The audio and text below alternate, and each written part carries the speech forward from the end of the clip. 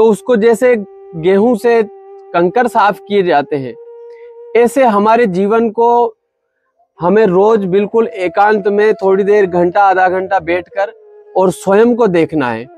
स्वाध्याय आपने सुना होगा, स्वाध्याय शब्द। स्वाध्याय क्या है? स्व यानी स्वयं, ध्याय यानी अध्ययन करना। स्वयं का अध्ययन करना है, स्वयं का अध्ययन करना है। क्या अध्ययन करना है? ये अध्ययन करना है कि भाई मेरे अंदर सेवा करने से तन की शुद्धि, दान करने से धन की शुद्धि, भजन करने से मन की शुद्धि, है ना। तो हम जाकर अगर गुरु का वर्ण नहीं किया है, पहले ही जाकर सेवा कीजिए, तो अपने आप तन की शुद्धि होती जाएगी। तन शुद्ध होगा, आचरण शुद्ध होगा, और सब अपना स्वाध्याय करते रहिए, अपना स्वयं को निग्रह करते रहिए। इंद्रिय निग्रह, इंद्रिय निग्रह यानी कि देखना स्वयं को कि मैं क्या कर रहा हूं, मेरा आचरण कोई गलत आचरण तो नहीं हो रहा है ना। तो वो देखना है।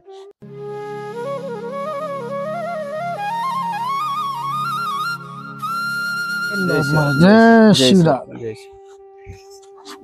तो आप सभी भक्तों को बता दूं कि महाराज जी आज हमारे ब्रज धाम में पधारे हैं, बड़ी दूर से। नर्मदा के किनारे रहते हैं महाराज जी, आप वहीं पे अपना भजन साधन वहीं होता है। वाह, देखिए ब्रज में ऐसे संत आते हैं, इसीलिए ब्रज श्रेष्ठ है। इतनी दूर से महाराज जी आए हैं किशोरी जी की शरण में, और महाराज जी से आज जन कल्याण के लिए कुछ सुनते हैं, जिससे आप सभी भक्तों का, हमारा भी उस प्रभु के चरणों में हमारा ध्यान लगे, मन लगे, चित्त लगे। तो महाराज जी थोड़ा बताएं हमारे भक्तों को, कैसे हम अपनी भक्ति को प्रगाढ़ करें, कैसे इस अपने मन को, चित्त बुद्धि को उस श्री चरणों में लगाएं।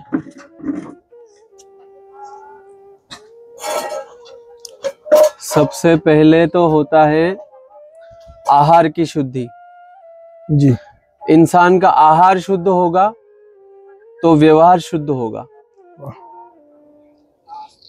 अभी के समय पर आहार जो है, आहार दूषित हो गया है। सबसे पहले तो हमारा आहार सबसे पहले अगर शुद्ध होगा, कहते हैं जैसा खावे अन्न वैसा होवे तन और मन, है ना। तन भी होगा और मन भी होगा। हमारे आहार का सबसे बहुत बड़ा प्रभाव पड़ता है हमारे शरीर पर। तो इसलिए आहार सबसे पहले शुद्ध करना चाहिए। अगर हम आहार शुद्ध करेंगे तो हमारा धीरे धीरे अपने आप व्यवहार शुद्ध हो जाएगा, आचरण शुद्ध हो जाएगा, और आचरण शुद्ध होगा तो अपने आप भक्ति होगी। ये आचरण को शुद्ध करना ही भक्ति है। लेकिन प्रथम सीढ़ी आहार ही है। हाँ, प्रथम, सबसे प्रथम सीढ़ी आहार है। प्रथम सीढ़ी आहार है। और दूसरी बात क्या होता है कि जैसे हमारे घर में माताएं बहनें गेहूं को साफ करती है, भाई जैसे आटा पिसवाना है, तो आटा पिसवाने से पहले माताएं बहनें गेहूं को साफ करके और कट्टे में भर के रख देगी। फिर हमारे जो भी घर के बड़े हैं, पिताजी भाई जो भी होते हैं, उसको ले जाके चक्की पे डालेंगे, वो आटा पिस जाएगा। तो उसको जैसे गेहूं से कंकर साफ किए जाते हैं, ऐसे हमारे जीवन को हमें रोज बिल्कुल एकांत में थोड़ी देर, घंटा आधा घंटा बैठकर और स्वयं को देखना है। स्वाध्याय आपने सुना होगा, स्वाध्याय शब्द। स्वाध्याय क्या है? स्व यानी स्वयं, ध्याय यानी अध्ययन करना। स्वयं का अध्ययन करना है, स्वयं का अध्ययन करना है। क्या अध्ययन करना है? ये अध्ययन करना है कि भाई मेरे अंदर क्या बुराइयां हैं, क्या विकार है, क्या अवगुण है। ये विकार अवगुण रूपी जितने भी कंकर हैं, उनको धीरे धीरे निकालिए अपने जीवन से, है ना। जैसे अभी मैंने बताया कि गेहूं को साफ किया जाता है पिसवाने से पहले, तो उनको, हमारे जीवन में जो बुराइयां हैं, अवगुण है, विकार है, उनको दूर करना है।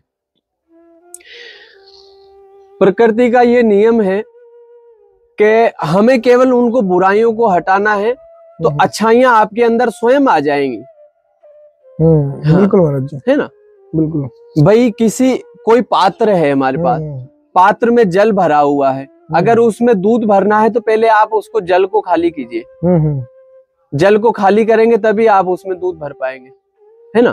तो आप अपने अंदर से बुराइयां निकालिए, प्रकृति आपके अंदर अच्छाइयां अपने आप भर देगी। सत्य महाराज जी। तो मतलब कहते हैं कि मतलब ये आदत बुरी सुधार ले, बस हो गया भजन। बुरी आदतों को सुधारना ही भजन है। हमारा निर्विकार जीवन होना चाहिए, निर्दोष जीवन होना चाहिए। हमारे अंदर कोई दोष नहीं होना चाहिए, कोई विकार नहीं होना चाहिए, कोई अवगुण नहीं होना चाहिए। यही भजन है महाराज जी। हाँ। लेकिन महाराज जी बोलते हैं ना कि मन बड़ा चंचल है, कैसे तेरा भजन करूं। हाँ। निर्गुण निर्विकार मेरे हिसाब से सभी को अपने पता रहता है। हाँ। अपने आप से ज्यादा अपने को कोई नहीं जानता है संसार में कि मैं कहाँ गलत हूँ, सबको ज्ञात है। लेकिन कुछ ऐसा होता है कि महाराज जी चाहकर भी वो दोष क्यों नहीं दूर होते हमसे। मतलब इसका कुछ नियम है कि मन को कैसे हम शांत करके लगाएं। सबसे बड़ी बात मैंने पहली बार में आपको बता दी, आहार सबसे बड़ी बात है। इससे बढ़कर कुछ नहीं है। ये हमने स्वयं इसका अनुभव किया है, और अनुभव किया है, प्रमाण देखा है इसका वाक्य में कि आहार अगर जिसका शुद्ध है, अशुद्ध है, उसका व्यवहार शुद्ध हो ही नहीं सकता। और अगर व्यवहार शुद्ध करना है, आचरण शुद्ध करना है, तो सबसे पहले हमारा आहार शुद्ध करना है। सबसे पहली सीढ़ी यही है। और जिस दिन आहार की शुद्धि हो जाएगी तो अपने आप आपको दिखने, अच्छा और बुरे का आपको अपने आप पता लग जाएगा। और हमारे दिल अपने आप उसकी तुलना करेगा कि नहीं ये गलत है, ये सही है, मेरे लिए क्या उचित है और क्या अनुचित है, वो हमें पता लग जाएगा। और जब तक आहार शुद्ध नहीं है उसका पता नहीं लगेगा। आपने जैसे अभी बोला कि अच्छा बुरा सबको पता लगता है, नहीं लगता है। अगर जिसका आहार दूषित है उसको पता नहीं लगेगा कि ये वो अगर गलत भी कर रहा है तो भी उसको ज्ञान ही नहीं है उस चीज का, अज्ञानी है वो। क्योंकि उसकी बुद्धि पे ऐसा आवरण पड़ जाता है उन बुराइयों का, उस आहार, दूषित आहार का, जो अच्छे बुरे का परख नहीं कर पाएगा वो। इसलिए सबसे पहले आहार की शुद्धि। और आहार केवल हम जो पाते हैं, पेट में पाते हैं भोजन, ये नहीं। आहार कई प्रकार का होता है। ये आंखें जो देख रही हैं, ये भी आहार है। आंखों द्वारा जो ग्रहण किया जा रहा है, कानों द्वारा जो सुना जा रहा है। हमें इतना तो समझ है कि भाई ये चीजें हमें अभी नहीं देखनी है, या ये फालतू की चर्चा हो रही है। हम संतों के बीच में केवल भगवत चर्चा ही होती है। अगर कोई फालतू की बात करेगा तो हम तो उसे तुरंत वहां से उठा देते, भाई ये फालतू की बातें यहाँ नहीं करनी है, आप जाइए। हमारे पास केवल भगवत चर्चा करनी है, ज्ञान चर्चा करनी है। आपको कोई किसी बारे में कोई सुझाव लेना है या कोई बात पूछनी है तो पूछ सकते हैं। बाकी फालतू की बातें करने के लिए हमारे पास समय नहीं है। क्योंकि इस संसार में कोई अनमोल वस्तु है तो वो समय है। समय से अनमोल कुछ नहीं है। जिसने समय की कदर कर ली तो वो मतलब उसको जीवन में कोई नहीं रोक सकता। सत्य महाराज जी। और महाराज जी अभी आपके सामने ही फोन आया था एक जी, आपने सुना होगा शायद, थोड़ी सी चर्चा हुई। महाराज जी गुरु का वर्ण सनातन धर्म में जरूर करना चाहिए। बिल्कुल जरूर करना चाहिए। तो गुरु की पहचान कैसे कर सकते हैं हम? मतलब कैसे पहचान होगी कि हम इनको अपना गुरु वर्ण कर सकते हैं? क्या उसका कुछ नियम रहता है? भाई कहते हैं कि पानी पियो छान के, गुरु करो जान के, है ना। तो अगर गुरु का वर्ण करना है तो सबसे पहले तो हमें भाई डायरेक्ट हम उनको नहीं पहचान पाएंगे। लेकिन कुछ थोड़ा बहुत, जैसे 100 में से 10% तो हमें किसी न किसी का आचरण अच्छा लगता ही होगा, है ना। अभी मैं जब चित्रकूट में था, चतुर्मास कर रहा था जी, तब एक नई अवस्था के बालक थे, 15-16 या 18-19 साल की आयु थी उनकी। तो वो भी गुरु की तलाश में थे वो। तो उनका भाव था राजेंद्र दास जी महाराज जो है मलुक पीठ वाले, उनके लिए। तो जैसे किसी का भी भाव होता है कि ये महाराज जी हमें अच्छे लगते हैं, इनका आचरण अच्छा लगता है, हम इन्हें गुरु बनाना चाहते हैं, है ना। तो सबसे पहले कुछ ना कुछ, अब पूरा 100% तो उनके बारे में जान नहीं पाए, लेकिन 10% तो हमारी आत्मा कह रही कि नहीं ये अच्छे हैं, इनका आचरण अच्छा है। तो उनके पास जाइए, उनके सानिध्य में रहिए। डायरेक्ट ये नहीं है कि भाई गए और कंठी ले ली, मंत्र ले लिया, और ऐसे पहले मिलता भी नहीं था। आजकल तो चेला बनाने की भी होड़ लगी हुई है ना। अभी जाओ तुरंत 2 घंटे में आपको चेला बना देंगे, मूंड देंगे और कंठी पहना देंगे, ये ठप्पा लगा देंगे, भाई ये मेरा चेला बन गया।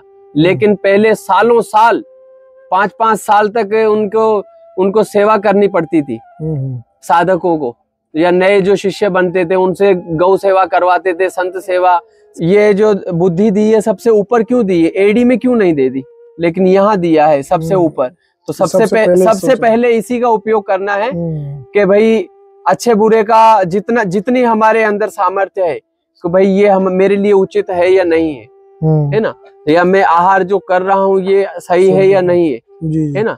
मनुष्य ये जो भक्षण करने योग्य नहीं है उसका भी मनुष्य भक्षण कर रहे हैं, तो वो ये हमारा नहीं है जी, हमारा आचरण नहीं है, ये जानवरों का आचरण है। जानवरों का भोजन इंसान पाएगा तो वो जानवर ही हो रहा है, अभी यही हो रहा है। हाँ, अभी के समय पर हालांकि मैं कोई इतना बुद्धिमान नहीं हूँ, कोई ज्ञानी नहीं हूँ, मैं स्वयं अभी सीख रहा हूँ, चल रहा हूँ इस मार्ग पे, है ना। तो सब मेरा जहां तक अनुभव है, भैंस का जो दूध है, इस संसार में दूध सभी पीते हैं। सबसे पहले ये एक तरह से जन्म गुट्टी की तरह सुबह उठते ही चाय लेते हैं, है ना, है ना। चाय जो है, चाय तो महाजहर समझो इसको। और चाय में भी सबसे मुख्य जो दूध है, वो दूध जो भैंस का है, वो भैंस का दूध हमारे मनुष्य के लिए नहीं है। हाँ, भैंस की उत्पत्ति राक्षसों के लिए हुई है, मनुष्य के लिए नहीं हुई है। तो हमारी सबसे बुद्धि भ्रष्ट जो इंसान की, मानव की हो रही है, ये भैंस के दूध की वजह से हो रही है। उसी का दूध पीना जा रहा है। हाँ, सबसे पहले तो दूध पीना ही, भाई माँ का दूध पी लिया ना, वो पर्याप्त है। क्यों जबरदस्ती दूध दूध दूध कर रहे हो? अभी जितने भी पशु हैं, गाय का बच्चा भी होता है 6-7 महीने 8 महीने दूध पीता है, फिर वो छोड़ देता है, अपना चारा खाता है और अपना उसने दूध छोड़ दिया, फिर उसको दूध की जरूरत नहीं है। दूध की जरूरत हमें भी नहीं है, ये तो जबरदस्ती पी रहे हैं लोग, है ना। कोई अगर गाय का दूध सरलता से, सहजता से जो मिल रहा है तो पीना चाहिए। अगर गाय का दूध नहीं मिल रहा है तो नहीं पीना चाहिए भैंस का दूध। हाँ, सबके लिए ये इतना मेरा निवेदन है कि भैंस का दूध बंद करो सबसे पहले तो। हाँ, उससे हमारे कितने फायदे हैं देखिए। अगर भैंस का दूध बंद करके गाय के दूध का उपयोग करेंगे तो गाय के दूध की मतलब वो बढ़ जाएगी, मतलब डिमांड ज्यादा हो जाएगी, तो अपने आप गौ पालन हो जाएगा, तो उससे हमारे गौ की रक्षा भी होगी। ठीक है ना, देखिए कितनी बड़ी बात है, इससे गौ रक्षा भी हो जाएगी। गौ रक्षा, भाई यहाँ पर इतने बड़े बड़े लोग हैं, इतना भगवान ने उनको सामर्थ्यवान बनाया है कि जितने भी दूध वाले हैं, हालांकि सभी ऐसे नहीं है, लेकिन 20% लोग ऐसे होते हैं कि अपने दूध वाले से ये बोल सकते हैं, भाई तू ये 20,000 रुपए ले जा, 30,000 रुपए ले जा, ये गाय खरीद के लाओ और हमारे लिए तो गाय का दूध ही लाना। ऐसे 10-20% लोग तो होंगे ही सही ना, जो 10-20 हजार रुपए एडवांस अपने दूध वाले को दे देंगे कि गाय खरीद के लाओ, भाई हमारे तो गाय का ही दूध पीना है, आज के बाद हम भैंस का दूध नहीं लेंगे, अगर तुम्हें लाना है तो गाय का लाओ वरना मत लाओ, है ना। तो धीरे धीरे गौ पालन बढ़ेगा, गौ की रक्षा होगी, गौ पालन होगा। गौ माता में 33 करोड़ देवी देवताओं का वास है। ये बात केवल कहने को नहीं है, ये सत्य है, बिल्कुल 101% सत्य है जी। हाँ, गौ के केवल दर्शन मात्र से कल्याण करती है वो मैया, इतनी दयालु है, इतनी उसके अंदर इतना वो है। और गाय को आप शरीर पर एक ऐसे स्पर्श करो तो आपने देखा होगा, गाय की ऐसे हाथ फेरोगे ना तो अपनी त्वचा को ऐसे संकुचित करती है, वो अनुभव किया होगा आपने भी, है ना। तो वो जो संकुचित करती है तो हमारे अंदर जितनी भी नकारात्मक ऊर्जा होती है वो सब खींच लेती है वो। हाँ, वो सब हाथ लगाने मात्र से, स्पर्श मात्र से, हाँ, इतना उसमें है। और गौमूत्र जैसी कोई औषधि नहीं है। आपके कोई भी अगर मान लो हमारे छोटी मोटी बीमारी है तो गौमूत्र का उपयोग करो पहले। अगर बिना बीमारी के भी उपयोग करेंगे तो कोई बीमारी आएगी नहीं, नजदीक ही नहीं आएगी आपके। सत्य। हाँ, चाय की जगह उस गौमूत्र का उपयोग करो। एक कप भर के रोज गौमूत्र जो इंसान व्यक्ति लेगा वो कभी बीमार नहीं होगा। जी महाराज। हाँ, तो इसलिए गऊ का दूध ही उपयोग करना चाहिए। अपने राम गाय के दूध के अलावा कोई दूध उपयोग नहीं करते। दूध से बना हुआ कोई वस्तु नहीं, घी नहीं, दही नहीं, छाछ नहीं, यहाँ तक कि मिठाई भी नहीं पाते हैं, प्रसाद भी नहीं पाते हैं। अगर भगवान को चढ़ा हुआ प्रसाद है उसको हम प्रणाम कर लेते हैं, लेकिन हम नहीं पाएंगे। हाँ, पनीर नहीं पाते हैं। और ये मतलब गौ माता का जो अगर दूध है उसी का उपयोग करेंगे, या उसी से कुछ बनी हुई चीज है तो उसी का उपयोग करेंगे, वरना नहीं करेंगे हम उपयोग। हाँ, भले वो कुछ भी है, भले 1000 रुपए किलो की मिठाई है, तो हमें नहीं पाना है। ठीक है महाराज। क्योंकि इच्छाओं का ही तो त्याग करना है हमें। महाराज जी ने कल भी यही कई बार सिखाया, और कल भी महाराज जी यही हमें शिक्षा देते हैं कि इच्छाओं का त्याग करना है ना। सत्य महाराज। हाँ, इच्छाओं सबसे पहले तो बुराइयों का त्याग करना है। मैंने आपसे ये सबसे पहले यही बताया कि बुराइयों को निकालना है हमारे अंदर से। आप बुराइयों को निकालिए, अवगुणों को निकालिए, आपके अंदर अच्छाइयां अपने आप परमात्मा भर देगा अपने आप, है ना। अच्छा, बुराइयों को निकालना है, ठीक है ना। फिर बुराइयों को जब देख लिया, फिर अपना स्वाध्याय करते रहिए, अपना स्वयं को निग्रह करते रहिए। इंद्रिय निग्रह यानी कि देखना स्वयं को कि मैं क्या कर रहा हूं, मेरा आचरण कोई गलत आचरण तो नहीं हो रहा है ना। तो वो देखना है। बात बदल जाती है, कहीं से कहीं चली जाती है महाराज। हाँ, तो बस ये है कि फिर उसके बाद जैसे बुराइयों को हमने निकाल दिया, तो उसके बाद धीरे धीरे जो त्यागी है, जो केवल जिनका उद्देश्य परमात्म प्राप्ति है, फिर उनको धीरे धीरे अपनी इच्छाओं का भी त्याग करना है भाई, जिसके बिना हमारा जीवन निर्वाह हो सकता है। फिर उनको भी धीरे धीरे कम करते जाइए।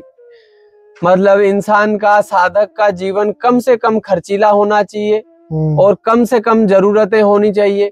हमारी जरूरतें कम होंगी तो हमें किसी की गरज कम निकालनी पड़ेगी, है ना। किसी से सवाल नहीं करना पड़ेगा, है ना। क्योंकि किसी से मांगना तो हमारे ऊपर, हम किसी से मांगेंगे तो वो हमारे ऊपर उसका भी ऋण चढ़ेगा, है ना। ऋण चढ़ेगा तो फिर वो ऋण चुकाना भी पड़ेगा। बिल्कुल महाराज। अगर कोई व्यक्ति आपको 1 गिलास जल भी भर के पिला रहा है ना, तो आप उसके ऋणी हो गए।